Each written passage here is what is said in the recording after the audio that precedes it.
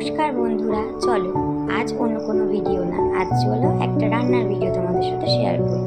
তো আমি fried rice করবো, তার জন্য কিছু সবজি কেটে নিয়েছি লম্বা লম্বা করে, সাথে নিয়েছি 2টো ডিম, আর গ্যাসে বসিয়ে দিয়েছি সাদা তেল বা রিফাইন্ড অয়েল, আর সাথে দেব সামান্য পরিমাণ ঘি দিয়ে ভেজিটেবলসগুলো আমি ভেজে নেব।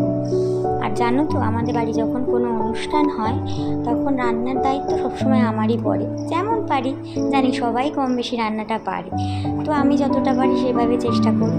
তো একে একে আমরা গাজর, বিনস সব আস্তে আস্তে করে ভেজে নেব, আর একটু লাল লাল করে ভেজে নেব। তো চলো দেখা যাক রান্নাটা কেমন হতে চলেছে। আর ভালো লাগলে অবশ্যই দেখো তোমরা সবাই রান্নাটা, আর অবশ্যই তৈরি করে খেও। তো বিনস আর গাজর সব কিছু অল্প অল্প সল্ট দিয়ে ভেজে নেব। সাথে দিয়েছি বাড়িতে থাকা ফুলকপি ছোটো ছোটো টুকরো করে, আর ক্যাপসিকাম। তো আর ডিমটা সবার লাস্টে ভাজবো। একে একে না ভাজলে না জিনিসগুলো, একটা সবজি হয়তো বেশি শক্ত বা একটা সবজি বেশি নরম, তো সেই জন্যে কম বেশি ভাজা হয়, তাই আলাদা আলাদা করে ভেজে নেওয়া ভালো।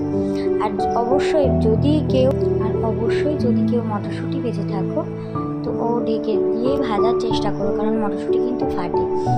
আর আমি সাথে নিয়েছি কিছু কিশমিশ আর কাজু বাদাম, তো ওগুলো ছোটো ছোটো করে কেটে ঘিতে ভেজে নিয়েছি, হালকাভাবে ভেজে নিয়েছি যাতে পুরোপুরি কালো না হয়, ব্রাউন হলে তুলে নেবে।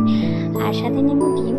তো আমি মিক্সড ফ্রাইড রাইস করছি, তার জন্য একটু ডিম নিয়েছি আর কিছু ভেজিটেবলস নিয়েছি। তো সেগুলো ভাজা হয়ে গেছে একে একে সব। তো এই যে লাস্ট ফিনিশিং আমি এমভাবে দিই, জানি না কে কিরম করো, তো সবাই দেখো। আর চিনিটা আমি একটু গুঁড়ো করে নিই মিক্সিতে, নাহলে চিনিটা ভালোভাবে দিলে মেশে না রাইসে। আর ভাতটা 80% হবে বা 70% হবে, তখন তোমরা ভাতটা নামিয়ে দেবে, ঝরিয়ে দেবে ফ্যানটা। তো আমরা আস্তে আস্তে ফ্রাইড রাইসে দেওয়ার জন্য যে মশলাটা বানাবো সেটা তৈরি করে নিচ্ছি। একটু গরম মশলা, একটু জিরে গুঁড়ো, ধনে গুঁড়ো, আর সাথে নিয়েছি একটা স্পেশাল মশলা, তো সেটা সিক্রেটই থাক আমার রান্নার জন্য। তো দিয়ে সব কিছু ভাতের মধ্যে। আর দেখো তোমরা কেউ কিছু মাইন্ড করো না, কারণ আমি এটা মনে করি হাত দিয়ে মেশালে খুব ভালোভাবে মেশে জিনিসটা, হাতার থেকে ভালো মেশে। যদি ভাতটা একটু ঠান্ডা হয়ে যায়, তো আমি সাজেস্ট করবো হাতটা ভালোভাবে ক্লিন করে তোমরা ভাতটার সাথে, মানে যেহেতু আমি অনেকটা ফ্রাইড রাইস করছি, অনেকজনের ফ্রাইড রাইস, তো আমি একটা বড় ডেস্কিতে নিয়ে ভাত সাথে ভেজিটেবলস, ডিম যা যা ভেজেছিলাম সেগুলো দিয়ে মিক্স করে নিচ্ছি, সাথে মশলাটা আর চিনিটাও দিয়ে মিক্স করেছি, চিনি, নুন। তো এবার পালা একে একে ভাগ ভাগ করে সব কিছু রাইসগুলো অল্প অল্প করে নামানো।